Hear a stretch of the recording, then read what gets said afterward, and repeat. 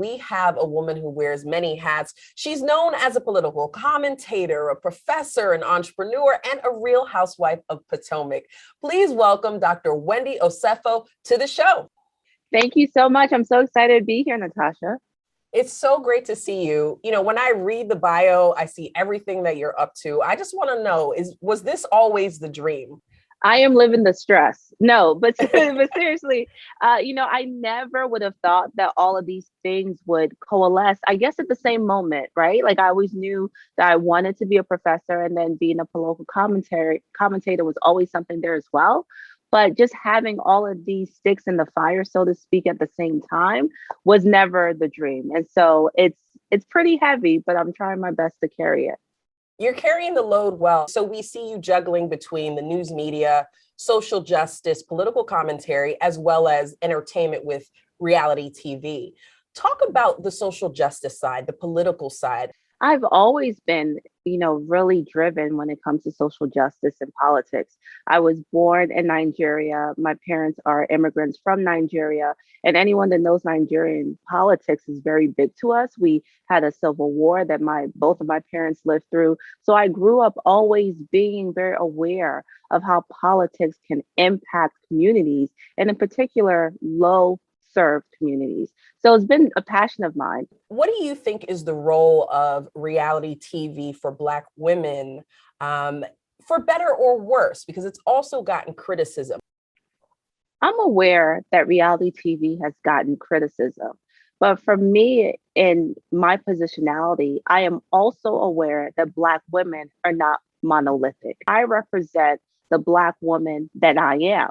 That is the Black woman who has 4 degrees, the Black woman who is a mom of 3 and a wife, the Black woman who is a first-gen immigrant. We saw that NeNe Leakes is filing a lawsuit against the Real Housewives franchise, alleging that there was racial discrimination.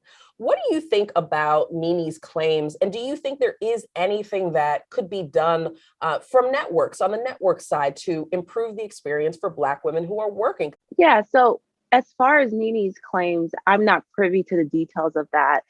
She's been in this reality TV game longer than me. So I don't know the details of it. But as far as Black women in general, whether you work on reality TV, whether you work in the classroom, or whether you work in the newsroom, what we know historically is that Black women oftentimes get the short end of the stick. And that needs to be addressed. I think that a lot of times there are performative acts that happen. And we saw that with the cropping up of the Black Lives Matter movement. So many companies, when George Floyd was killed, came out, made statements about, racial equity, racial equality, making commitments to that. I will say to anyone that is watching this, look at all of those companies and see what are they doing now. What we know to be true is that Black culture is often imitated. Black culture is often profited, right? But how are you helping the people who create the culture? Before we wrap today, I have to ask you about one more hot topic that is in the news. Black Twitter went crazy after hearing about this new book called Bad and Bougie, toward a trap feminist theology. So I love a good Bad and Bougie reference, but the book was written by a white woman who is a Quaker professor. What do you think about this cultural conversation around who can speak on the Black experience?